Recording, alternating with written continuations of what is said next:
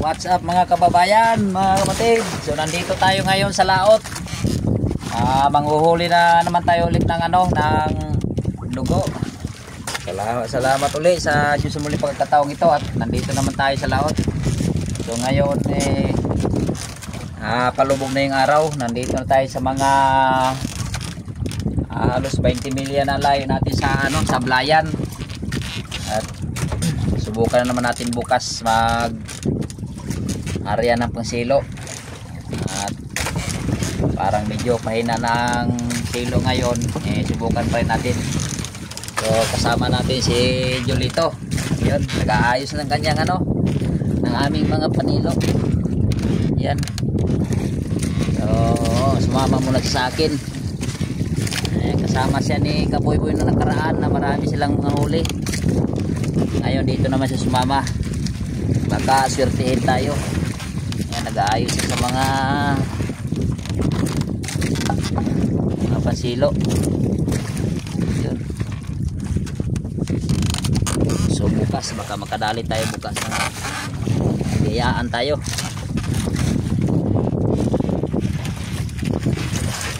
Shout out pala kay Toto Manolo. Bye. Pasensya ka na at matagal kitang hindi na shout out. Saka dun sa ibang mga nagpa-shout out, nakalimutan ko yung papel pala, yung listahan. Siguro sa susunod na video na lang ma-shout out yung iba. Nakalimutan ko pala yung mga nagpa-shout out. Salamat pa rin at nandiyan pa rin kayo. Medyo madalang na tayo maka-upload, madalang na tayo maka-video dahil laging busy doon sa tabi. So abangan lang nyo bukas pag tayo ay mag-area na. Sana magabatag tayo ng ng dugo o malasugid o soyfish. So ayan, medyo palubog na yung araw. Mag-ano na tayo ng matambaka, pampain ng tugig. Abangan lang ninyo, magabatag na tayo ng malasugid. So ayan mga kababayan, pag tatlong araw natin ngayon, wala pa tayong huli. Ayan ayos yung kubo-kubo ni Julito, sobrang init. Ayan siya. Grabe, wala pa tayong huli. Siguro wala na yung dugo. Yung malasugin na sa ilalim. Yung swordfish siguro nandun na sa malamig na lugar. Sa Taiwan, bumalik na yata sa Taiwan at saka sa Japan. So yung pala ayon sa mga istorya ng mga eksperto, pupunta lang sila dito kapag panahon ng amihan. Kaya pala pag tuwing amihan, tuwing November, December, Enero, Pebrero, so nahuhuli dito sa aming lugar sa Playan Occidental, Mindoro. So ngayon Marso na, kaya pawala na sila. Marami ng mga dayo dito ng mga eksperto sa paghuli ng silo, umuwi na sa kanilang mga lugar. So kaya siguro itong laot na to, itatabi na natin yung mga pangsilo ng ating yung pangsilo ng lugho. At so, pawala na sila. Mainit na sa ating lugar, lalo na pagdating na ng Mayo, Hunyo, pag umulan na, mainit na daw dito sa ating lugar. Nandun na yung mga swordfish sa mga malalamig na mga lugar. Babalik na sila sa kanilang mga natirahan yata nila. Nagbakasyon lang yata sila dito sa atin. Kaya yun, siguro ibang racket na naman natin. Lalawat naman tayo sa sunod na mga lautan. Ibang racket na naman ang ating titirahin. So mamumusik siguro tayo. Kaya pero nandyan pa, naka-area pa yung ating mga area, mga buya. So maya maya magabatag na kami ng mga alas 2 siguro. Umpisa na kami batag at pauwi na kami ng Sablayan o Mindoro. Wala na, 3 araw na. Ubos na yung aming konsumo na magi. Sardinas, mayroon pa sardinas. Mayroon pa kami tubig pa naman. So yung yelo ang medyo tunaw na at konti lang yung binili natin yelo. Dito tayo nakadoyan, tanggal sa sakit ng baywang. So yung mga gustong magpa-shoutout pala, nakalimutan ko yung listahan. Susunod na siguro namang mga video, shoutout na sa inyong mga silent viewer ko dyan, at nandyan pa rin kayo. So talaga napakadalang natin makalaot at busy tayo sa tabi. Kung saan man kayo naroon ngayon, shoutout sa iyo. So mamaya tingnan natin kung baka makahuli tayo at makabawi man lang sa gasto. Marami nang sumuko ngayon, marami nang tumigil at wala na, patapos na nga. Wala na masyadong nakakakuha ng dugho.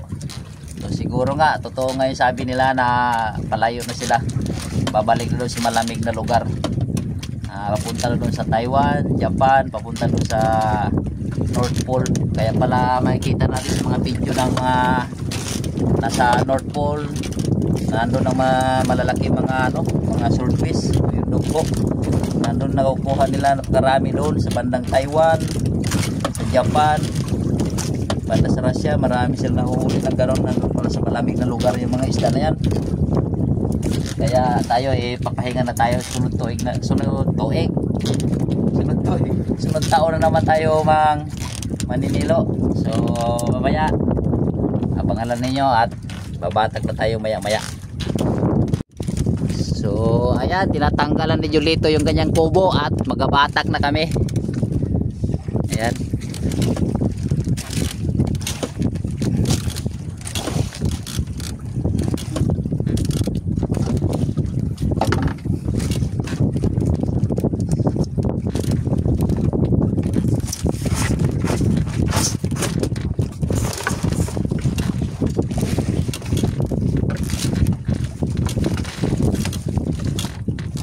Ito yung ating ginawang pang kalahan na pang tawag nito, hirap pagpisa sa Tagalog ay kaburan yung para hindi na magganon grabe ngalay dito. Kaya ito na yung ating ngayon, impinto, ganon siya ito lang hindi natin area at wala tayong pain, tapos ilalagay dito yun so ito, tapos may sabitan tayo dito yan, ikutin natin ng ganyan. So mamaya makikita nyo lang kasi ito mga old model, mga lang to, sinaunang impinto. So may marami pang mga style ngayon na kunting ganyan lang magpakabilis dito. Ito ay kasi naunang sayang pang karaan. Magabatag na tayo ngayon at uwi na tayo ng Mindoro.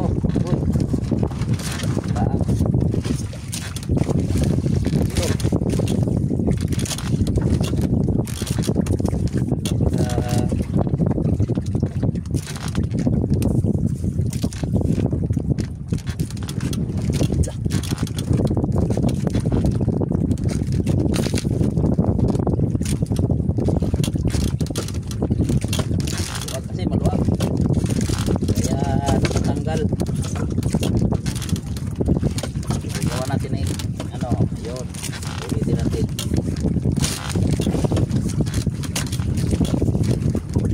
Wag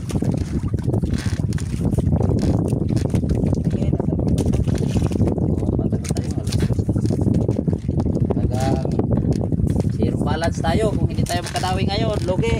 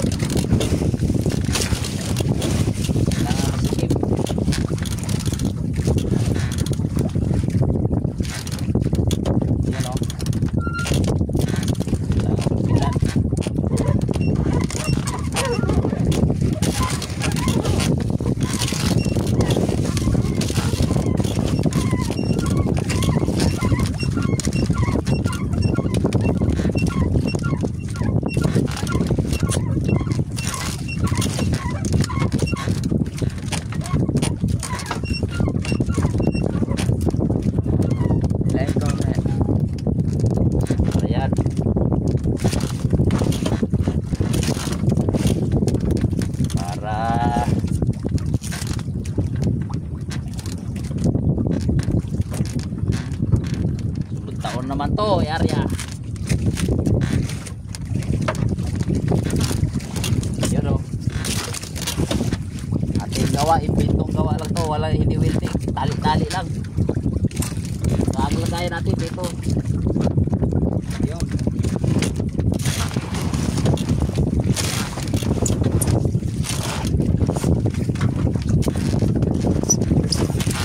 Yan. Papaandar na siguro dito. Sige kap.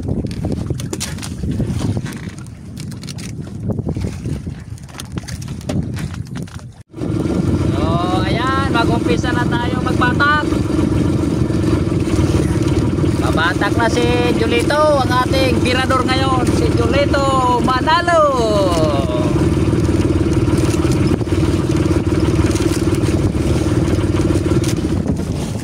Julito Nunez Manalo. Saya na.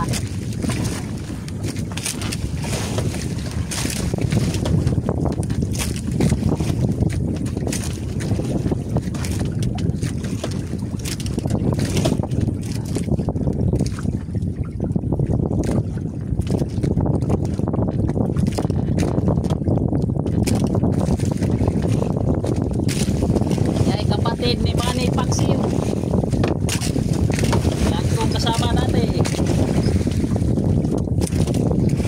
Saan na ating mahiwagang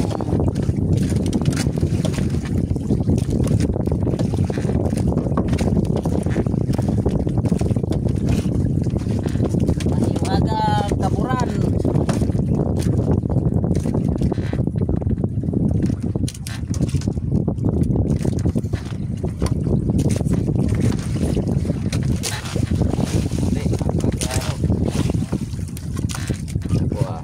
Yun o. Umpisa na tayo. Umpisa na sa simula. Sabit, sabit.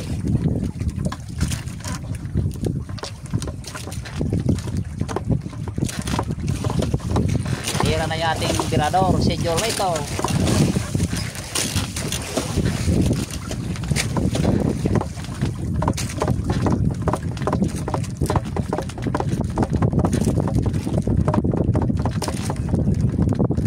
So mahina lang ikot niya at ano lang siya nakamay lang. So yung iba mayroong nakaano na gear. Ganyan lang, napakarami na dito.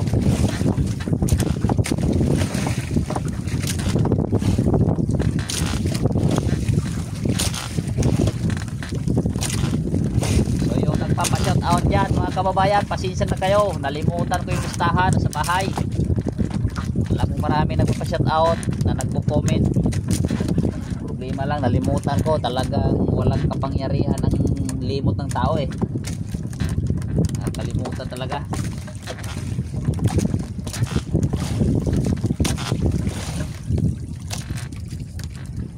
So sa pagbalik natin siguro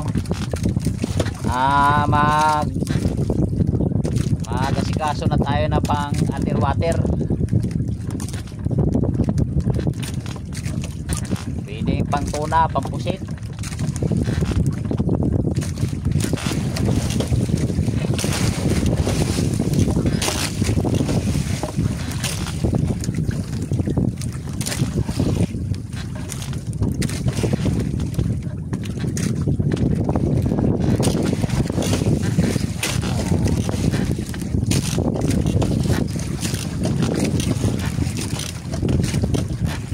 Tirador nandun, mataki na.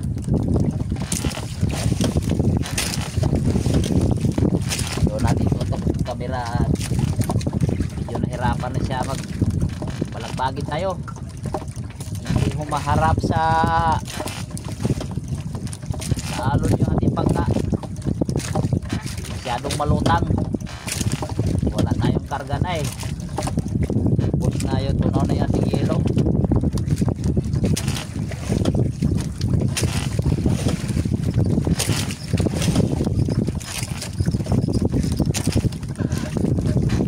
Lalim ito, nasa mga 260 di ba?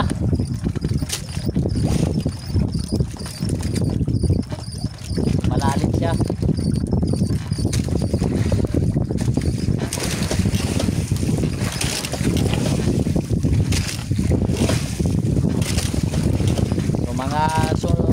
buwan, pahuli na naman ang tulingan ito. Mga Marso, Abril, Mayo, Hunyo. Pagdating ng August, tangigi naman na atake. August, September, October. Pag November, yung kulyasa naman ang magpapahuli. November, December, hanggang January. January, mahina na yung ano. Dating ng January, mahina na yung kulyasan. Pero itong ano, swordfish o dugho, November, nag-uumpisa na yung mga dayo dito, mga taga-antiki. November pa lang,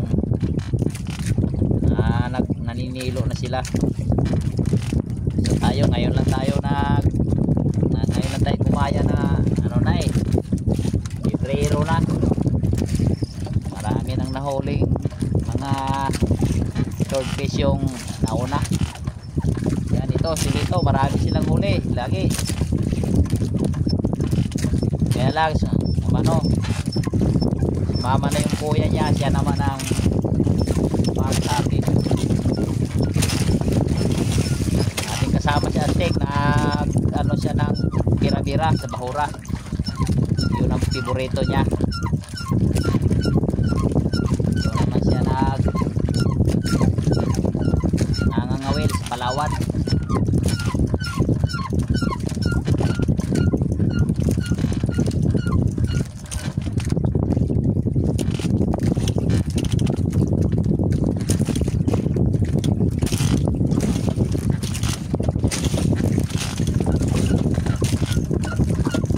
Natin at medyo tambak na yung ating nylon.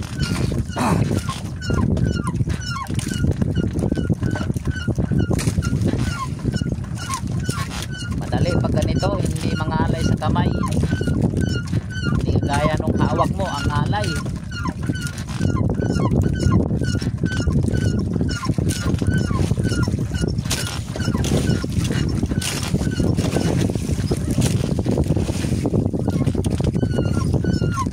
Mga 3 minuto bago matapos batakin. So 2 minuto siguro kalahati. Lalim.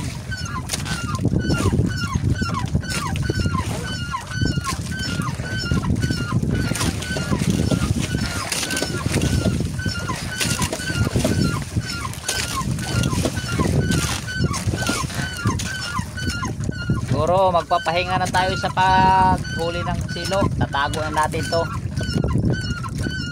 At sunod taon na naman ang operate nito.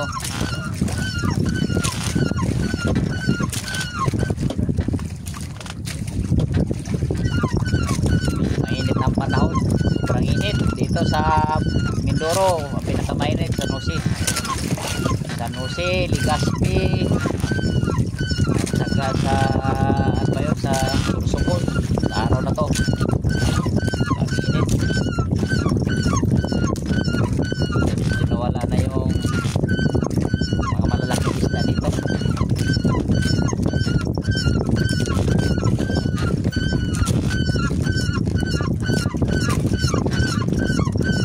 Ingay ng kalahan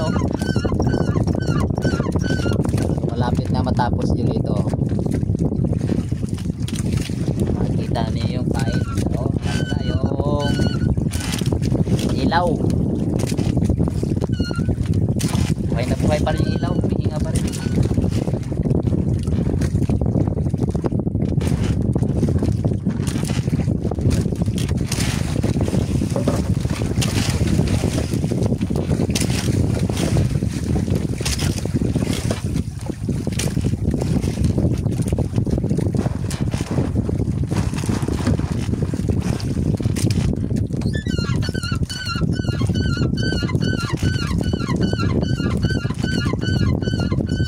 Tubig talagang buong buo pa, 4 na araw na.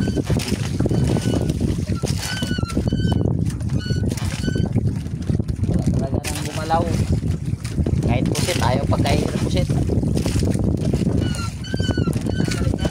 Ayan yan. Okay.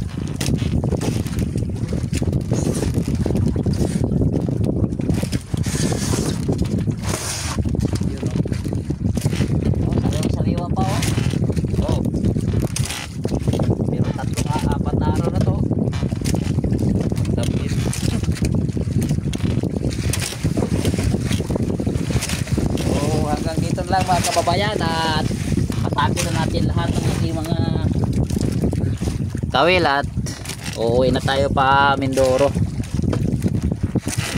Thank you muna sa inyong lahat na nanonood sa video ito. God bless sa inyong lahat. Bye bye.